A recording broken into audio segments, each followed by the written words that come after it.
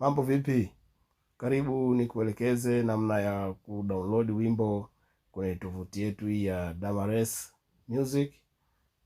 Utajikuta katika hii page hapa. Ukishakuwa umeingia login, utascroll kwa kutafuta wimbo ambao unahitaji.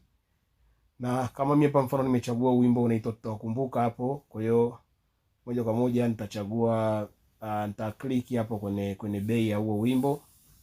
Alafu nitagusa hapo kwenye bei yake, tena kwenye buy for Tanzania shillings 33,333.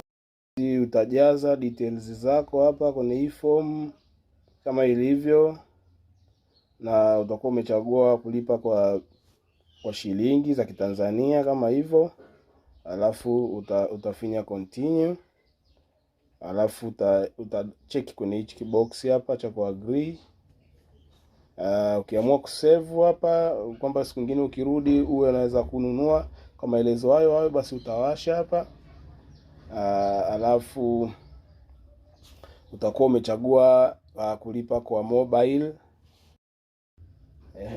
Kwa hiyo umeshachagua pay kupitia mobile, shachagua hapo. Alafu unakuja kuchagua Vodacom hapo, inakuwa imeshakaa. Kwa hiyo hapa naingiza namba yangu ambayo inahitajika kutumika kulipia, naijaza hapa yangu hiyo, alafu nasema lipa. Kwa hiyo hapo mfumo ndo unashughulikia zoezi la mimi kulipia hicho kiasi ninachotakiwa kulipia hapo.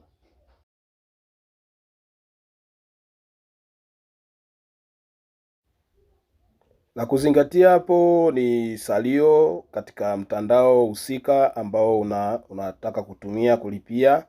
Kwa hiyo hakikisha akaunti yako kama ni M-Pesa au mtandao mwingine wowote.